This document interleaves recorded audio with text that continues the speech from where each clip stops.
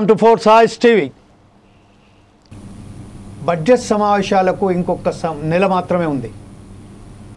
Budget సమావేశాలు మొదలు కావడానికి ఇంకొక నెల మాత్రమే గడువు ఉండగా ప్రస్తుతం బడ్జెట్ సమావేశాలలో ఎలాంటి బడ్జెట్ కేటాయించబోతున్నారు, ఎవరికి అందులో మినహాయింపబోతున్నారు, సిటిజన్స్కా, సీనియర్ సిటిజన్స్కా, సూపర్ సీనియర్ సిటిజన్స్కా. అయితే గత 10 సంవత్సరాల పాటు బడ్జెట్లో ఎలాంటి విధానాలలో మార్పు రాలేదు. కానీ 2023-24లో ఏదైతే బడ్జెట్ సమావేశాలు మొదలు కానున్నాయో ఈ సమావేశాలలో కొన్ని మినహాయింపులు, కొన్ని సడలింపులు సిటిజన్స్కు, సీనియర్ సిటిజన్స్కు, ఇంకొక సూపర్ సిటిజన్స్కు ఇందులో మినహాయించేసి వారిని కొంచెం రిలాక్సేషన్ ఇచ్చేటట్టు మనకు అక్కడి నుంచి వెళ్ళి ఒక స్ట్రాటజికల్గా మనకు అక్కడి నుంచి వెళ్ళి కొన్ని సమాచారం అందుతుంది. ఈ నేపథ్యంలో ఈరోజు మాట్లాడడానికి మనతోటి మన ఫోర్త్ సైడ్ స్టూడియోలో సీనియర్ చార్టెడ్ అకౌంటెంట్ 1983 బ్యాచ్కు సంబంధించిన సీనియర్ చార్టెడ్ అకౌంటెంట్ కొండ హనుమాన్లు గారు మనతోటి ఉన్నారు. Welcome to the fourth side TV. కొండ హనుమాన్ గారు, చాలా సంతోషం ఈరోజు మా స్టూడియోకి రావడం అనేది. మేము గర్వపడ్డ విషయం, అది గర్వపడ్డదగ్గ విషయం. ఎందుకంటే 1983 బ్యాచ్ సీనియర్గా, ఎంత సీనియర్ అంటే అప్పట్లో కనీసం నేను అనుకుంటాను బహుశా ఇవన్నీ పరికరాలు ఏం లేవు. అప్పుడు శాతం కూడా సిఏలో పదోన్నతి అంటే అక్కడ పురోగతి సాధించాలంటే చాలా రేషియో కూడా చాలా తక్కువ ఉంటుండే. అప్పుడు మీ రేషియో ఎట్టు వస్తుంది sir? 2% passing ratio. Very goodness. 2% passing రేషియోలో ఈరోజు మా ఫోర్ సైడ్ స్టూడియోకు రావడం అనేది మాకు గర్వకారణం. ఈ నేపథ్యంలో ఫస్ట్ హనుమాన్ గారు ఈరోజు చెప్పండి, నెక్స్ట్ రాబోయే బడ్జెట్ సమావేశాలలో బడ్జెట్ ఎలా ఉండబోతుంది? ఇప్పుడు వచ్చే బడ్జెట్ కూడా ఒక కొనసాగింపు ఉంటుంది. అంటే ఇంతకుముందు చేసిన ఏదైతే పాలసీస్ ఉన్నాయో వాటినే కొనసాగింపు ఉంటుంది తప్ప పెద్దగా మార్పు ఉండకపోవచ్చు. అంటే అలొకేషన్ పెంచడం, అంటే మన కేటాయింపులు పెంచడం, రెవెన్యూ పెరిగిన కొద్దీ కొత్త టేకప్ చేయడం తప్ప పెద్దగా మార్పు ఉండకపోవచ్చు. ఎందుకంటే ఆన్గోయింగ్ సిస్టమ్ ఇది. 10 years నుంచి పాలసీ అయితే 10 సంవత్సరాలు బట్టి అయితే పాలసీ నడిపిస్తుంది, అదే పాలసీని కంటిన్యూ చేస్తుంది అనమాట. అంటే ఒకసారి పాలసీ ఇవ్వాలనేవాడు 50 years బ్యాక్ పాలసీ ఇవ్వాలంటుండే, 45 years బ్యాక్ అంటుండే. Budget is not a destination, bus is a station to reach the destination అని. ఓకే, అంటే every budget should prolong continue the policies only. Change కాకూడదు, ఓకే, డివియేషన్ కాకూడదు. Just కొంచెం adjustment చేసుకోవచ్చు తప్ప practical situation ప్రకారం, but deviate కాకూడదు. ఓవరాల్గా కంప్లీట్ రివర్ట్ బ్యాక్ చేయకూడదు. Okay, so that is the policy of every budget. So that is same continue from last 10 years. Of course, everything change came into effect from 1990. Yes. PV Narasimha Rao పైన economic reforms, అప్పటి నుండి చాలా change వచ్చింది మనకు. Okay, అంటే Indian economy it self is change ఇట్లా. అక్కడ నుంచి పాలసీస్ కంటిన్యూ, కొన్నిసార్లు స్లో అయింది, కొన్నిసార్లు స్లో అయింది, కొన్నిసార్లు ఫాస్ట్ అయింది, but it is continue on the same way. We cannot go back. Even ఇప్పుడు ఈ లాస్ట్ 10 years కూడా ఎన్డీఏ గవర్నమెంట్, మోడీ గవర్నమెంట్ కూడా సేమ్ పాలసీస్ని కంటిన్యూ చేస్తున్నాం. Strengthening and making more realistic. Okay, అన్నిటికీ ఎందుకంటే end based, how it is giving the result, what is the results now and fact, how the results are coming out on this allocation అనేది government is verifying that is the most important thing. See this same is happening now. అంటే ప్రస్తుతం మనం ఏదైతే చెప్తున్నామో 1990లో PV Narasimha Rao హయాంలో మన్మోహన్ సింగ్ తీసుకొచ్చిన ఒక budget సంబంధించి చాలా పెద్ద ఎత్తున మార్పులు చేశారు, ఎకనామిక్ రిఫార్మ్స్ తీసుకొచ్చారు, and strong Mann. And regarding the sun అంటే ఇప్పుడు సీతారామన్ గారు ఏదైతే ఫైనాన్స్ మినిస్టర్ ఉన్నారో మన్మోహన్ సింగ్ చేస్తే ఇప్పుడు కూడా ఆమె చాలా కఠోరమైనగా వ్యవహరిస్తుంది, కాకపోతే అంత లేదు అని చెప్తున్నారు. దాని విషయంలో ఒకసారి ఇప్పుడు వచ్చే బడ్జెట్ ఎలా ఉండబోతుంది? బడ్జెట్లో ఎక్కువగా అలొకేషన్స్ ఇన్ఫ్రాస్ట్రక్చర్కి ఉంటాయి, మౌలిక సదుపాయాలకి ఇంకా ఉంటాయి. తర్వాత important skill development. Okay, skill development also. అంటే ఇప్పుడు ఎడ్యుకేషన్ ఉంది కానీ స్కిల్ లేదు. That's right. సో స్కిల్ డెవలప్మెంట్కి ఇంపార్టెన్స్ ఇస్తుంది. తర్వాత next is innovation, creativity. Even Indian startups చాలా సక్సెస్ఫుల్గా ఉంటున్నాయి కొన్ని, వాటిని కంటిన్యూ చేయాలి. కొన్ని యూనికాన్ అవుతుంది, అంటే $1 billion కంపెనీస్ అవుతున్నాయి. ఓకే, అంటే ఒకప్పుడు ఉన్న కంపెనీస్కి ఇప్పటికీ చాలా ఫాస్ట్ అవుతుంది Indian companies. So Indian talent needs encouragement. Okay. అంటే that is coming from government, investors కూడా, global investors are investing in Indian market. And Indian projects ఏది కూడా ఫైనాన్స్ వల్ల ఆగిపోయిన ప్రాజెక్ట్ లేదు ఇంతవరకు ఈ లాస్ట్ 10 years నుంచి అయితే. Money is available. So government ఏం చేస్తుందంటే ఫండ్స్ని గవర్నమెంట్ అలొకేషన్ ఆధారపడకుండా సెల్ఫ్ ఫైనాన్స్ దాకా మోడల్ తయారు చేస్తుంది. రైల్వేస్ ఉన్నది అనుకోండి, railway finance corporation will look after entire finance needs of railways. దానికి గవర్నమెంట్ అలర్ట్ చేస్తుంది, అదంతా ఇది చేసుకుంటుంది. రూరల్ ఎలక్ట్రికల్ బాండ్స్ ఇట్లా అనమాట. నేషనల్ హైవే అథారిటీ ఇట్లాంటి ఫైనాన్షియల్గా ఇది లేకుండా చేస్తున్నాం. ఇన్ఫ్రాస్ట్రక్చర్కి ఇంకొక ఆల్రెడీ ఇప్పుడు ఇన్వెస్ట్మెంట్స్ నడుస్తుంది. ఐ థింక్ ఇంకొక 10-15 years పడుతుంది ఇన్వెస్ట్మెంట్ మనకు ఇన్ఫ్రాస్ట్రక్చర్ కంటిన్యూ కావాలి. ఇంకా రోడ్స్ కావచ్చు, రైల్వేస్ కావచ్చు, పోర్ట్స్ కావచ్చు, ఎలక్ట్రిసిటీ కావచ్చు, ఇరిగేషన్ కూడా దీనిలోనే, ఇరిగేషన్ కూడా అన్ని ఇవన్నీ ఒక స్టేజ్కి రావడానికి I think it will take another 15 years. Okay. ఆ లెవెల్ వరకు ఇన్వెస్ట్మెంట్ చేయాలి, కానీ చేస్తేనే ఫ్యూచర్ జనరేషన్ బాగుంటుంది. అదే ఇప్పుడు ఇంపాక్ట్ ఎట్టున్నదంటే మనకు సంబంధించిన భారతదేశానికి సంబంధించిన ఆర్థిక వ్యవస్థ చాలా బలంగా ఉన్నది కాబట్టి most of the global industries కూడా మన దగ్గర ఇన్వెస్ట్ చేయడానికి వస్తున్నారనే ఒక ఉంది. దీంట్లో మీరేమంటారు? కరెక్ట్, డెఫినెట్గా ఉంది. ఎందుకంటే పాలసీస్ కంపెనీస్ ఇంతకుముందు ఏమున్నదంటే ఒక విధమైన రూమర్ ఉండేది, Indian companies are not reliable అనేది. ఇప్పుడు yes they are also reliable అనే ఇచ్చింది అనే ఒపీనియన్ వచ్చింది గ్లోబల్ ఇన్వెస్టర్స్కి. ద రీజన్ ఈస్ ఒకప్పుడు మనం ఇంపోర్ట్ చేసుకునేవాళ్ళం. You see the example 40 years back మనం మారుతి కంపెనీ, సుజుకి కంపెనీ ఇండియాలో manufacturing is. Now, India is exporting the same Maruti vehicles to Japan. See, global is accepting our quality, performance, cost. So this is a great success. Our success ni continue avutundi. That will improve global investors' confidence. Okay. That is important. అంటే ఇప్పుడు defence ఇంతకుముందు every time we use to import many different yes. Now we became exporters. Yes, exactly. What happened recent days also we just exporters. Yesterday years. So that is also accepting global acceptance with regard to delivery, quality, cost, and secrecy. And software products, IT products accepted globally. Indian IT products. That is also one of the success story. That is giving a mode of scope for global investors to invest in India. Okay. అయితే ప్రభుత్వం మనం ప్రస్తుతం అయితే చూసినట్టయితే భారతదేశంలో అత్యధికంగా ఏదైతే investments వస్తున్నాయో మన సౌదర్న్ పార్ట్కే ఎక్కువ వస్తున్నట్టు కనబడుతున్నాయి. సౌదర్న్ పార్ట్లో అంటే తమిళనాడు కానీ, ఆంధ్రప్రదేశ్ కానీ, తెలంగాణ కానీ, బెంగళూరు, కర్ణాటక కానీ ఇటు బాగా వస్తున్నాడు. చెప్పండి సార్. దానికి ఎట్లా ఉంటుందంటే it depends upon the local situation and availability of the local government, local social impact. Okay. How the behavior of people, how the behavior of government.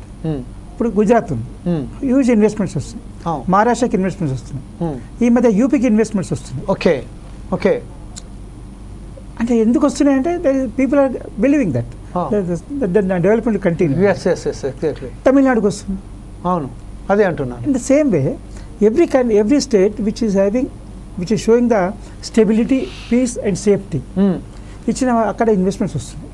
ఇక్కడ డిస్టర్బెన్స్ ఉందో అక్కడ ఇన్వెస్ట్మెంట్ కొంచెం భయపడతారు. ఎంటర్ప్రైనర్స్ ఇన్వెస్ట్మెంట్ చేయాలి, they may lose the investment, భయపడతారు. కానీ ఇప్పుడు ప్రస్తుతం ఏదైతే ఆంధ్రప్రదేశ్లో చూసినట్టయితే ఒక కూటమి ప్రభుత్వం వచ్చినాక ఇంకోటి ఏంటంటే చంద్రబాబు నాయుడు చాలా అక్కడ సుస్థిరత, ఒక మంచి బ్రహ్మాండమైన ఎస్టాబ్లిషింగ్ చేస్తున్నారు. అలాగే ఇక్కడ రేవంత్ రెడ్డి కూడా చాలా మంచిగా చేస్తున్నారు. నిన్న మొన్న పరిణామాలు ఏదైతే చూసినట్టయితే దావోస్లో వెళ్ళిన తర్వాత వేల కోట్ల రూపాయలకు సంబంధించిన వాళ్ళు అక్కడ ఒప్పందాలు జరిగినాయి. అంటే I want to know that what is the difference between the MOU and agreement? Agreement is actual commitment. Memorandum of understanding is proposed to enter into agreement. This is the difference. Yes. This is the proposal, that is the agreement. Yeah. దాన్ని కొంచెం వివరించారు. కొంచెం ఏంటంటే agreement just ఒక factory పెట్టాలనుకుంటారు ఇక్కడ. Memorandum of understanding అంటే వీళ్ళు invest so much investment చేస్తాం, ఇక్కడ ఇది చేస్తామంటారు. అగ్రిమెంట్ ఎప్పుడు అవుతుందంటే ఈ government allots to land and లేకపోతే వాళ్ళు పర్చేజ్ చేస్తారు, ఇన్వెస్ట్మెంట్ మొదలవుతుంది, then comes agreement. Okay. Memorandum of understanding is joining hands, agreeing to join hands. Agreement is joining hands. Yeah. And now just now వీళ్ళు ఎక్కడికి వెళ్ళారు కదా, దావోస్కి వెళ్ళారు. yes, yes. Amazon is ready to invest yes. thousands of crores in Telangana Yes, and yes. as well as in Andhra also. Yes. So they have made an agreement. This not they do not made an agreement. They made Understanding. agreed only. Yes. So First can step, you believe that? That is first step. Yes, that is believable. Believable. Yes, that is first Okay. step. Right. Agreement comes second step, third Oh. step, fourth step. అంటే గతంలో కూడా మనం చూసాము కొన్ని కంపెనీలు ఇక్కడ agreement చేసుకున్న తర్వాత అక్కడి నుంచి వెళ్ళి మన ఇన్వెస్ట్మెంట్ చేయడానికి కొంచెం వెనక వెళ్ళినట్టు కూడా మనకు కొన్ని కొన్ని జరిగినాయి అట్లా, కానీ చాలా వరకు సక్సెస్ అయినాయి కదా. Success so maybe out of 100 ఎంత సక్సెస్ అయింది, ఎంత ఫెయిల్యూర్ అయింది చూడండి. సక్సెస్ అయింది తీసుకున్న percentage, yeah this also will come to light. Okay, అంటే ఇప్పుడు సౌదర్న్ పార్ట్ ఆఫ్ ఇండియాలోకి సంబంధించింది, సదరన్ పార్ట్ అనకండి, all over India. All over India అంటే okay right, all over India not southern part, all over India is attracting investments. Okay, Global investment. Okay yes. Right, అంటే దానిలో ప్రధానంగా Gujarat, any country, I'm not saying any state. Right sir, right sir. They are global investors are investing. Okay, అయితే ఇప్పుడు ఇంకొక విషయం ఏంటంటే ఇప్పుడు ప్రస్తుతం ఏదైతే ఉన్నదో మ్యాక్సిమం ఏదైతే ఇన్కమ్ ట్యాక్స్కు సంబంధించిన విషయాలు ఉన్నాయో ఆ విషయంలో బ్యూరోక్రాట్స్ కట్టేది, బిజినెస్ కమ్యూనిటీ పెట్టేది, లేకపోతే ఉద్యోగస్తులు ఎవరైతే మధ్యతరగతి ఉన్నారో వీళ్ళు కట్టే దాంట్లో డిఫరెన్సెస్ ఎట్లా ఉంటాయి సార్? డిఫరెన్సెస్ వస్తాయంటారా? బడ్జెట్లో ఎట్లా ఉంటాయి, ఇన్కమ్ ట్యాక్స్లలో ఎట్లా ఉంటుంది వాళ్ళ డిఫరెన్స్? ఆ డిఫరెన్స్ ఏముందండి సార్, ఇప్పుడు బిజినెస్ ఉందనుకోండి, yeah, partnership firm they have to pay tax 30%, 30%. Okay, company 30%, oh, and ఇండివిజువల్స్కి వచ్చేసరికి 7 lakhs exemption, yeah, standard action exemption, కొన్ని savings exemption. Yes, all these exemptions తర్వాత డిడక్షన్స్, దెన్ ట్యాక్సెస్. ఈ కంపెనీస్కి అది ఎగ్జంప్షన్ ఉండదు. Okay, company every 100 rupees also they have to pay, 10 lakhs also they have to pay, 10 crores also they have to pay tax at fixed percentage. But the same additional గా surcharge ఉంటుంది, additional surcharge కూడా ఉంటుంది. Okay, right. Additional companies కి అంటే దాని మీద product మీద ఆధారపడి ఉంటుంది, ప్రాఫిట్ మీద, ప్రాఫిట్ మీద, ప్రొడక్ట్ మీద కాదు, ప్రాఫిట్ మీద. Right, every income tax profit ఉంది. ఓకే, కంపెనీస్ కి బిజినెస్ ఉంటాయి, ఎంప్లాయీస్ కి అయితే శాలరీ వస్తుంది కాబట్టి that is profit, that is taxable. అదే whatever income you receive it is taxable. If your బ్యాంక్లో డిపాజిట్ చేస్తే ఇంట్రెస్ట్ వచ్చింది, దట్ ఈస్ ట్యాక్సబుల్. ప్రాపర్టీ రెంట్కి ఇచ్చారు, that is taxable. Okay, income earned is taxable except agriculture income. అచ్చా, agriculture మొత్తం complete దాంట్లో deduction లేదు. Okay, relaxation, total exemption. Because only state government is having power to collect the tax and agriculture. But at the same time, right now there is some other companies also coming in and agricultural department and they are taking hundreds of acres and just cultivating the land. Yes. So what about those companies? They have their income will be added for rate purpose. It's called for rate purpose. Okay. And correspondingly benefit also will be given. Deduction is there, exemption is there. Okay. Deduction is there. Tax. Okay. Right. Tax payable deduction is there. Sure. And basic exemption plus then enter tax of the exemption is there. Okay. Companies also, if you carrying agriculture income is there, that is exempted, but subject to tax rate purpose. So individuals also completely they are relaxation from the payment of the taxes. If they are having, suppose a person is having salary income and agriculture income. Okay, right. Salary income will be and agriculture both will be, tax will be calculated. Acha. Both tax will be calculated. Okay. And after that, the basic exemption plus agriculture income, what is the tax? That will be given benefit. Okay. Deduction. Okay. The balance only has to pay tax. Oh. So, ఇప్పుడు salary income ఉంది plus agriculture. Suppose salary 10 lakhs వచ్చింది, agriculture 3 lakhs వచ్చింది, 13 లక్షలు tax ఎంత లెక్కేస్తారు. Yes, ఇప్పుడు వేసి exemption 7 lakhs ఉందండి, 7 lakhs plus 3 lakhs agriculture income, దాని మీద ట్యాక్స్ ఎంత అయింది? ఆ 13 లక్షల ట్యాక్స్ నుంచి ఈ 10 లక్షల ట్యాక్స్ తీసేస్తారు. ఓకే, మీ దాని మీద కట్టమాట. According to constitution central government doesn't have power to collect tax and agriculture. That's it. Okay, right. That's కండి, that is according to my knowledge. Okay, అంటే ఇప్పుడు ప్రస్తుతం ఏదైతే ఉన్నదో మనకు సంబంధించిన ఉద్యోగస్తులకు సంబంధించి అనుకుందాం, అంటే రిలాక్సేషన్స్ ఏదైతే ఉన్నదో 60 ప్లస్ అండ్ సూపర్ 60 అని చెప్తున్నారు. దీంట్లో దీన్ని ఎట్లా వాళ్ళు దాంట్లో ఎలా వర్గీకరిస్తారు? దీంట్లో సంబంధించిన segregated any person up to 60 years is normal and above 60 senior citizen, above 80 is super senior citizen. Yes. So basic exemption depend up to 60 lakhs వరకు సేమ్ ఉంటుంది. 6 lakhs పైన ఉన్న వాళ్ళకి కొంచెం బెనిఫిట్స్ ఇస్తారు, ఇంట్రెస్ట్ అండ్ డిపాజిట్స్ పైన, health insurance premiums పైన, అలాగే సేవింగ్స్ బెనిఫిట్స్ ఇస్తారు. సూపర్ సీనియర్ సిటిజన్ అయితే ఇంకా బెనిఫిట్ పెరుగుతుంది. Okay, but up to 60 years మీరు చైల్డ్ ఆర్టిస్ట్ అయినా కానీ ఎవరైనా కానీ అక్కడ నుంచి 60 years ఏజ్ వరకు సేమ్ టైప్ ట్యాక్స్. ఎంత పర్సెంట్ సార్ అది? ఫస్ట్ 7 lakhs ఉందండి, 7 lakhs వరకు ఎగ్జామ్షన్ ఉంది. Okay. 7 lakhs to 10 lakhs 5%, 10 to 12.5 10%, 12.5 to 15 ఇట్లా పర్సెంటేజ్ ఉంటుంది. Okay, right. Up to 15 lakhs percentage, 15 lakhs 20. అంటే ఇప్పుడు ప్రస్తుతం మనం అనుకుందాం, ఇప్పుడు ఒక వ్యక్తి ఉన్నారు, ఒక జాబ్ చేస్తున్నారు, అతని ఇన్కమ్ ఎట్లున్నది, నెలకు అంటే సంవత్సరానికి ఒక 7 లక్షలు ఉన్నాయంటే అతను కట్టే అవసరం లేదు. మోర్ దాన్ 7 lakhs ఉంటే అతను ట్యాక్స్ కట్టవచ్చు. ఇప్పుడు వచ్చే బడ్జెట్లో ఏదో మినహాయింపు చేస్తున్నారు అనే ఒక వాదన వస్తుంది, దాంట్లో మనం ఎంతవరకు నమ్మచ్చు సార్? ఇది అంత ఎక్స్పెక్టేషన్స్ అంతే. Okay, but it's not the committed గా ఎక్స్పెక్టేషన్స్. మనం అనుకుంటాం ఇట్లా నాకు బెనిఫిట్స్ బాగుంటుంది అనుకుంటాము, అనుకున్న వాళ్ళే వీళ్ళు ఇట్లా కోరుకుంటున్నారని చెప్పి న్యూస్లో వస్తున్నది. ఓకే, అంతేగాని it is not the fact, confirm కాదు అది. రైట్.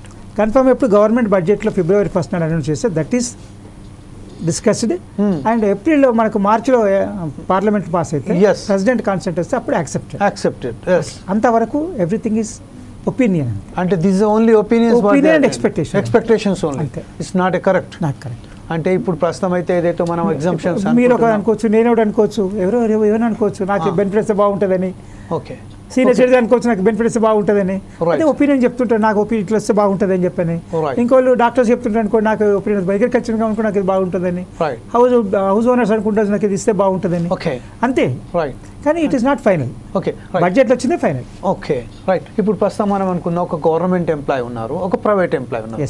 ప్రైవేట్ ఎంప్లాయ్కి సంబంధించి ₹1,00,000 శాలరీ ఉంది, నెలకు 12,000 లక్షల రూపాయలు వస్తున్నాయి. అదే సేమ్ టైంలో గవర్నమెంట్ ఎంప్లాయ్ ఉన్నారు, అతనికి లక్షలు రావు, అంటే చాలా తక్కువ ఉంటుంది శాలరీ. ఆ సమయంలో మరి వీళ్ళకు ఇలా క్యాల్కులేషన్ చేస్తారు sir?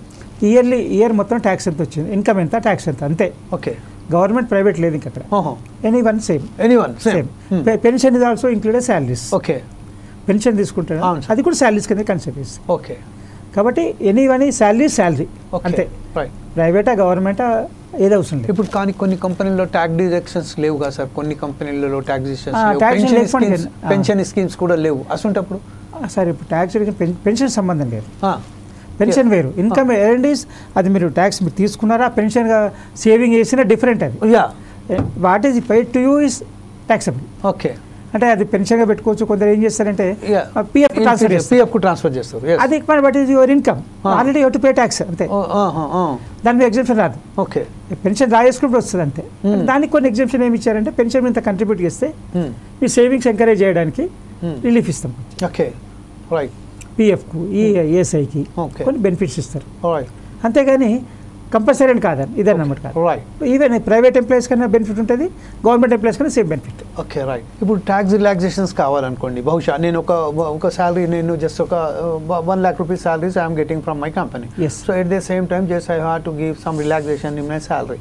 So if I invest in life insurance or some other where I can ఎక్కడ ఇన్వెస్ట్ చేసినా మీకు వచ్చింది 1 lakh మంత్లీ, కాబట్టి దట్ ఈస్ 12 lakhs ఇయర్లీ. ఆ 12 lakhs ట్యాక్స్ కట్టాలి. అంటే ఇన్సూరెన్స్ కడితే కొంచెం మినహాయింపు ఉంటుంది అని ఇంతకుముందు ఉండేది. ఇప్పుడు బడ్జెట్లో ఏం చేసి 7 lakhs ఎగ్జామ్షన్ ఇచ్చినప్పుడు 2.5 lakhs వరకు ఉన్నప్పుడు ఇన్సూరెన్స్ సపరేట్గా ఉండే. 7 lakhs వచ్చినాక మొత్తం తీసేసారు. ఓకే, తీసేసి 2.5 to 7 lakhs 4.5 lakhs పెంచేసి ఇక no other benefits except standard deduction ఎంప్లాయీస్కి 50,000 స్టాండర్డ్ డిడక్షన్ వస్తుంది, మిగతా బెనిఫిట్స్ రావు. ఓకే, అది తీసేసిన. అది టోటల్గా ఆన్లైనే ఉందా, లేకపోతే ఇప్పుడు మాన్యువల్గా కూడా ఇంతకుముందు మాన్యువల్గా ఎవ్రీథింగ్ ఆన్లైన్. ఇంకోటి ఇప్పుడు current account and what is the difference between savings account? Sir savings account is no business, okay, no commercial activity, personal commercial activity లేదన్నట్టు. Okay, right. Suppose I'm having earning interest on my income, so it is commercial activity లేదు. నాకు building మీద rent వస్తుంది, commercial activity లేదు. నాకు salary వస్తుంది, commercial activity కాదు అది. ఓకే, ఇది సేవింగ్స్ అకౌంట్గా వాడుతుంది. అచ్చా. కమర్షియల్ యాక్టివిటీ అంటే పర్చేజ్ సేల్ ఉంటుంది, మీరు పర్చేజ్ చేసి సేల్ చేస్తారు, మ్యానుఫ్యాక్చరింగ్ చేస్తారు, సేల్ చేస్తారు. కమర్షియల్ యాక్టివిటీ ఉంటే అది కరెంట్ అకౌంట్ వస్తుంది. ఓకే, నేను సార్ ఇప్పుడు ఒక రెసిడెన్షియల్ ఏరియా ఉంది, నేను అనుకుంటాను ఒక అపార్ట్మెంట్ నాకున్నది అనుకోండి, ఆ అపార్ట్మెంట్లో ఒక ఫ్లోర్లో నేను ఉంటాను, మిగతా ఫ్లోర్లన్నీ నేను రెంట్కి ఇచ్చాను. అయితే అప్పుడు నాకు ట్యాక్స్ దీని మీద రెంట్ మీద ట్యాక్స్ వస్తుంది, రెంట్ పే ట్యాక్స్ వస్తుంది. దాంట్లోకి వెళ్ళి 30% ఎగ్జామ్షన్ వస్తుంది, మున్సిపల్ ట్యాక్స్ ఎగ్జామ్షన్ వస్తుంది. ఓకే, ఆ 2 ఎగ్జామ్షన్ పోను ప్లస్ ఏమైనా మీరు లోన్ తీసుకున్న దాని మీద ఆ ఇంట్రెస్ట్ కూడా ఆ ఇంట్రెస్ట్ కూడా ఎగ్జామ్షన్ వచ్చి దాని మీద ఇప్పుడు శాలరీ బేస్ మీద కూడా నేను ఇంట్రెస్ట్ తీసుకున్నాను అనుకోండి, శాలరీకి రాదు. ఎందుకంటే శాలరీ నథింగ్ టు దానికి కూడా లోన్ తీసుకునే అవసరం లేదు, ఆల్రెడీ యువర్ ఎర్నింగ్, దానికోసం లోన్ తీసుకుని బెనిఫిట్ రాదు, ఓన్లీ స్టాండర్డ్ డైరెక్షన్ 50,000. మరి ఇప్పుడు ఈ బ్యాంకర్స్ ఎవరైతే ఉంటారో కానీ రియల్ ఎస్టేట్ వాళ్ళు చెప్తారు కదా బ్యాంక్ లోన్ అవైలబిలిటీ ఉంది, బ్యాంక్ లోన్ వస్తుంది, మీకు లోన్ వస్తుంది కానీ ఇన్కమ్ ట్యాక్స్ బెనిఫిట్ రాదు. ఇన్కమ్ ట్యాక్స్ బెనిఫిట్స్ మాత్రం రావు. అంటే ఏం చేసినప్పటికూ అంటే టీడీఎస్ కు ఎట్లా మళ్ళీ రిటర్న్స్ ఎట్లా వస్తాయి సార్ దానికి సంబంధించి? రిఫండ్ ఇప్పుడు మీకు సపోజ్ మీ 12 లక్షల ఆదాయం వచ్చింది, అప్పుడు ట్యాక్స్ కట్టిన ఒక 10% తీసుకున్నాను అనుకోండి, సపోజ్ 1,20,000 అయింది, మీ ట్యాక్స్ ఓన్లీ 50,000 అయింది అనుకోండి, రిఫండ్ వచ్చేస్తుంది. ఒకవేళ అదే 150 అయింది అనుకోండి, 30,000 కట్టేటప్పుడు రిటర్న్ ఫైల్ చేయాలి, రిటర్న్ ఫైల్ చేయాలి. ఓకే. అయితే ఇప్పుడు ప్రస్తుతం అయితే ఇప్పుడు బడ్జెట్ సమావేశాలను ఏర్పాటు చేయబోతున్నారు, అందులో ఇది ఊహాగానాలు మాత్రమే అంటున్నారు. ఇవన్నీ ఊహాగానాలు మాత్రమే, ఎవరు ఎక్స్పెక్టేషన్ వాళ్ళు చెప్తున్నారు, రూమర్స్ చెప్పుకోవడము, అంటే ఇప్పుడు అనుకోవడం, నథింగ్ ఇస్ కరెక్ట్. 10 లక్షల రూపాయల exemption nothing is correct unless it బడ్జెట్లో వచ్చేది కరెక్ట్ కాదు. ఓకే. మరి వీళ్ళకి ఏమైనా చర్యలు తీసుకునే అవకాశాలు ఉంటాయి, ఆర్బీఐ కానీ లేకుంటే సెబీ కానీ లేకపోతే వీళ్ళు ఫైనాన్షియల్ డిపార్ట్మెంట్ సంబంధించిన ఎవరైనా? వాళ్ళు కూడా అదే చెప్తారు, జస్ట్ మై ఎక్స్పెక్టేషన్ అని చెప్తారు అంతే, కానీ ఇట్ ఇస్ బడ్జెట్ వచ్చిందని చెప్పారు కదా సార్. అంతే కదా, బడ్జెట్ వచ్చింది చెప్తే తప్పు అవుతుంది. నేను అనుకుంటున్నా కావాలని ఇస్తారు, ఇవ్వ డిపార్ట్మెంట్ గవర్నమెంట్ ఇష్టం అది అంతే సార్. Right sir. చాలా my expectation different and government alert చేయడమే డిఫరెంట్. ఇప్పుడు ప్రస్తుతం ఇప్పుడు మనకు వస్తున్న ఎయిర్పోర్ట్స్ టీవీ వీవర్స్కు మీరు ఎలాంటి సలహాలు సూచనలు ఇవ్వదలుచుకున్నారు ఈ విషయంపై? ప్రస్తుతానికి ఏదైతే ఏం ఎక్స్పెక్ట్ చేయకండి, ఎవరు చెప్పినా కానీ కరెక్ట్ కాదు, బడ్జెట్లో వచ్చింది మాత్రమే కరెక్ట్. బడ్జెట్ వచ్చిన తర్వాత మీ క్యాలిక్యులేషన్ ఆలోచించండి. మీరు అనుకుంటారు, ఎవరైనా ప్రతి ఒక్కరు కూడా అనుకుంటారు ట్యాక్స్ తగ్గించుకోవాలని, ఎవరైనా హ్యూమన్ నేచర్ అది, తగ్గించుకోవాలనుకుంటారు, ట్యాక్స్ బర్డెన్ తగ్గించుకోవాలనుకుంటే తగ్గించుకోండి లీగల్గా, but don't try to escape. Avoid చేయడము తగ్గించండి ఇన్కమ్ ట్యాక్స్. అవాయిడ్ అవాయిడ్ చేయొద్దు అంటే ఎగవేత చేయొద్దు, తప్పించుకోవద్దు. You pay right tax, right person, right tax, right time. Okay, that most important. You cannot avoid because all departments are connected to income tax department. 36 departments information goes to income tax department. Okay. AIR annual information return వస్తుంది. మీరు ఏమేమి చేశారు, bank loan చేశారు, ఎన్ని తీశారు, cash ఎంత తీశారు, ఎంత తీశారు, షేర్స్లు ఎంత పెట్టారు, మ్యూచువల్ ఫండ్ ఎంత పెట్టారు, పోస్ట్ ఆఫీస్ ఎంత పెట్టారు, బ్యాంక్ ఇవన్నీ డీటెయిల్స్ అక్కడ ఉంటాయి. ప్రాపర్టీ కొన్నది ఎంత, అమెంత అన్ని డీటెయిల్స్ ఉంటాయి. You cannot escape. Don't try to escape. ఇంకోటి ఏంటంటే ఇన్కమ్ ట్యాక్స్ విషయానికి వచ్చేసరికి ఏదైనా నోటీస్ కానీ మెసేజ్ వస్తే మీ పోర్టల్ వెరిఫై చేసుకోండి. ఇన్కమ్ ట్యాక్స్ డిపార్ట్మెంట్ పోర్టల్ ఉంటుంది, మీ ప్రతి పానమేరకు ఒక పోర్టల్ ఉంటుంది, ఆ పోర్టల్ వెరిఫై చేసుకోండి. ఎవరో ఇది చేయకుండా మీరు వాళ్ళకి రెస్పాండ్ కావద్దు. SMS వచ్చింది కదా, మెయిల్ వచ్చింది కానీ రెస్పాండ్ కాకుండా ఎవ్రీథింగ్ ఈజ్ పోర్టల్లో వెరిఫై చేసుకున్నాకనే యాక్షన్ తీసుకోండి. Consult the right consultant to take the advice and దాన్ని కంప్లై చేయండి. అంతేగాని నాకు తెలియదు నేను తప్పించుకునే అవకాశం, ఎందుకంటే ఎవ్రీ ఇన్ఫర్మేషన్ మెయిల్ వస్తుంది, SMS వస్తుంది, పోర్టల్లో వస్తుంది, ప్లస్ ఇంకా some time they will send through post also. Okay, right. కాబట్టి కెనాట్ ఎస్కేప్. ఏదైనా కానీ first you see AIR annual information return. Every పర్సన్కి యాన్యువల్ ఇన్ఫర్మేషన్ రిటర్న్ ఉంటుంది. మీరు పోర్టల్లో వెరిఫై చేసుకోండి, దాన్ని డౌన్లోడ్ చేసుకోండి, మీరు ట్రాన్సాక్షన్ వెరిఫై చేసుకోండి. కన్ఫర్మ్ కాకపోతే తప్పు ఉంటేనేమో కరెక్షన్ పెట్టండి, యాక్సెప్ట్ చేస్తేనేమో దాని తప్పగా రిటర్న్ తయారు చేయండి, ఫైల్ చేయండి, ట్యాక్స్ కొట్టేది ఉంటే కట్టండి, లేకపోతే లేదు. But don't try to escape. Okay, నాకు తెలీదు, తప్పించుకునే అవకాశం లేదు. Okay, right. కానీ ఒక్క విషయం సార్, మీరు ఇప్పుడు మాట్లాడిన సందర్భంగా నాకు ఇంకొక సెలవు వచ్చింది. ఎందుకంటే ఇప్పుడు ప్రస్తుతం మనం చూస్తున్నాం రోడ్ వెండర్స్ ఉన్నారు, చిన్న చిట్కా వాళ్ళు ఉన్నారు, వాళ్ళ సంపాదన కూడా ఒక్కొక్క దశలో 50-60 వేల కాడికి ఉంటుంది. అంటే అనుకుందాం ఒక చిన్న హోజరీ షాప్ ఉన్నది, లేకపోతే గార్మెంట్ షాప్ ఉన్నది, అతనికి సంబంధించిన చిన్న కొట్టు పెట్టుకొని ఉన్నారు. వాళ్ళకు బిల్లులు ఇయ్యరు, ఏమి ఇయ్యరు, అయినప్పటికీ వాళ్ళేమో మన దగ్గర నుంచి వెళ్ళి బ్యాంక్ నుంచి వెళ్ళి ట్రాన్సాక్షన్ చేస్తాం, జస్ట్ స్కాన్ చేసి వాళ్ళ దగ్గర డబ్బులు పంపిస్తున్నాం. ఈ సమయంలో మరి ఎట్లా సార్ దీన్ని? అలాంటి వాళ్ళందరికీ కూడా ఇన్కమ్ ట్యాక్స్ నుంచి నోటీస్ వస్తుంది. డెఫినెట్గా GST వస్తుంది, ఇన్కమ్ ట్యాక్స్ వస్తుంది, రెండు వస్తాయి. ఎవరికి పంపిన వాళ్ళకు బ్యాంక్ ట్రాన్సాక్షన్ ఉంది కదా సార్, అవును, ఆ ఇన్ఫర్మేషన్ ఇన్కమ్ ట్యాక్స్ వస్తుంది ఇద్దరికి, రిసీవర్స్ కూడా సెండర్స్ కూడా. రిసీవర్స్ రాదు, ఓన్లీ బిజినెస్ మెన్కి వస్తుంది, వాళ్ళ అకౌంట్లో పడుతుంది. ఇచ్చిన వాళ్ళకి రాదు కదా, ఇచ్చిన వాళ్ళు ఇండివిజువల్ వాళ్ళు. అవును, నేను ఒక 1000 రూపాయలు కొనుక్కున్నాను, నాకెందుకు అవసరం లేదు, నాలాంటి వాళ్ళ 100 మందికి అమ్మిండి అనుకోండి, ₹1,00,000 నోటీస్ వస్తుంది, ఆయనకు వస్తుంది. కానీ ఇప్పుడు ప్రస్తుతం మనం చూసినట్టయితే ఒక సామాన్యమైన ఏదైతే అన్నాడో అతనికి ఏమి తెలియదు ఈ విషయంలో. తెలియదని కాదు, ఎవరు ప్రతి ఒక్క డబ్బు సంపాదించారు ప్రతి ఒక్కరికి తెలుసు, తెలియదు కూడా ఎవరు లేరు. As far as money is concern nobody is innocent, everybody is intelligent. Okay మీరు 10 రూపాయలు ఇచ్చే కదా 9 రూపాయలు ఒప్పుకుంటాడు అని చెప్పారు, ఒప్పుకోరు. అంతే ఇంటెలిజెంటే కదా. మరి కట్టేటప్పుడు కట్టాలి, చూపించాలి. How to want avoid it. కానీ ఇప్పుడు చూస్తున్నాం కదా సార్, ఇప్పుడు సార్, notice చేస్తే 70%. సార్ ఇప్పుడు ఏమవుతుందంటే, ఇప్పుడు మన తమిళనాడు ఒకటి చెప్తున్నారు, 40 లక్షల 30,30,000 టర్న్ ఓవర్ అయిందట కరెంట్ అకౌంట్లో. ఓకే, బ్యాంక్లో గూగుల్ పేలో వచ్చింది, జిఎస్టీ నోటీస్ వచ్చింది, జిఎస్టీ కట్టినరా అని చెప్పారు. 40,30,000 నోటీస్ వచ్చింది. ఎప్పుడు వచ్చింది? 3 years తర్వాత. ఓఫ్, అప్పుడు కట్టాలి కదా, అప్పుడు ఇంట్రెస్ట్ కట్టాలి. ఓఫ్, అచ్చా. లేట్ అయిన కొద్ది మీకు ఏమవుతుందంటే ట్యాక్స్ తప్పదు, ఇంట్రెస్ట్ తప్పదు, ఇంకా పెనాల్టీ పడుతుంది, ఇంకా పెద్ద అమౌంట్ అయితే ప్రాసిక్యూషన్ అవుతుంది. ఓకే, ఏ స్టేజ్లో మీరు క్లీన్గా ఉంటారో ఆలోచించాను. సరే, ఇప్పుడు ప్రస్తుతం ఏదైతే మన ట్రెండ్ ఒకటి నడుస్తుందో మనం అనుకుందాం. ఉదాహరణకు ఇప్పుడు ఒక ఫిలిం ఇండస్ట్రీ ఉంది, వాళ్ళు ఏమంటున్నారంటే just they are going that 200 కోట్ల రూపాయల ఆదాయం వచ్చింది, 2,000 కోట్ల రూపాయల ఆదాయం వచ్చింది అని చెప్తున్నారు. ఈ నేపథ్యంలోనే రాష్ట్ర వ్యాప్తంగా ఐటీ దాడులు కూడా జరుగుతున్నాయి. ఈ సమయంలో అసలు వాస్తవాలు ప్రజలకు తెలిసేటట్టు ఉన్నదా, లేకపోతే వాళ్ళు ఏమంటున్నారంటే బ్లాక్ను వైట్ చేస్తున్నారు. ఈ బ్లాక్ వైట్ సమస్య ఏంటి అండి? మరొక కార్యక్రమంలో ఖచ్చితంగా మీ ముందు మాట్లాడదాం, ఎందుకంటే you are senior most. Thanks for spending a time for Foresight Size TV, and moreover just we need your services for Aura, and in future also we are going to take a small what do you say that this program in our every weekly. So ఈ రోజు మాతో మాట్లాడడానికి కొండ హనుమాన్లు గారు వచ్చారు, senior most chartered accountant. 1983 బ్యాచ్లో కేవలం 2% ఉత్తీర్ణులైన దాంట్లో మొదటి ర్యాంకు సంపాదించిన హనుమాన్లు గారు ఇడ వచ్చి మాతో మాట్లాడినందుకు చాలా సంతోషంగా ఉన్నది, చాలా గర్వంగా కూడా ఉన్నది. అలాగే విశ్లేషకులకు, మా వ్యూవర్స్ కూడా మనం చాలా క్లియర్గా చెప్తున్నాము, ట్యాక్స్కు సంబంధించింది ట్యాక్సులు ఎగ్గొట్టడానికి ప్రయత్నం చేయకండి, ట్యాక్సులు కట్టండి. భారత పౌరునిగా ఒక భారతానికి సంబంధించింది చాలా తప్పించుకోలేరు, ఎక్కడ కూడా తప్పించుకోలేరు. కట్టండి. కట్టినాక మీకేదైతే రావాల్సిన మీకు సదుపాయాలు ఉన్నాయో ఆ సదుపాయాలను సరైన పద్ధతిలో ఉపయోగించుకోవడానికి ప్రయత్నం చేయాలని Foresight TV ఒక పిలుపునిస్తూ రేపటి నుంచి వెళ్ళి ఇంకో వారం, ప్రతి వారం మనం ఒక్కొక్క రోజు ఈ ట్యాక్సెస్కు సంబంధించింది, ఇతర సమస్యలకు సంబంధించింది మీతోని పంచుకోవడానికి ప్రయత్నం చేస్తాం. నెక్స్ట్ ఎపిసోడ్లలో ఫోన్ ఇన్ కార్యక్రమం కూడా ఉంటుంది.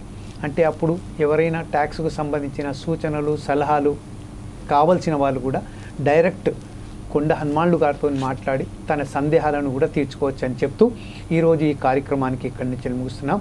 Stay tune to Foresight TV for next program. Thank you very much. Thank you sir.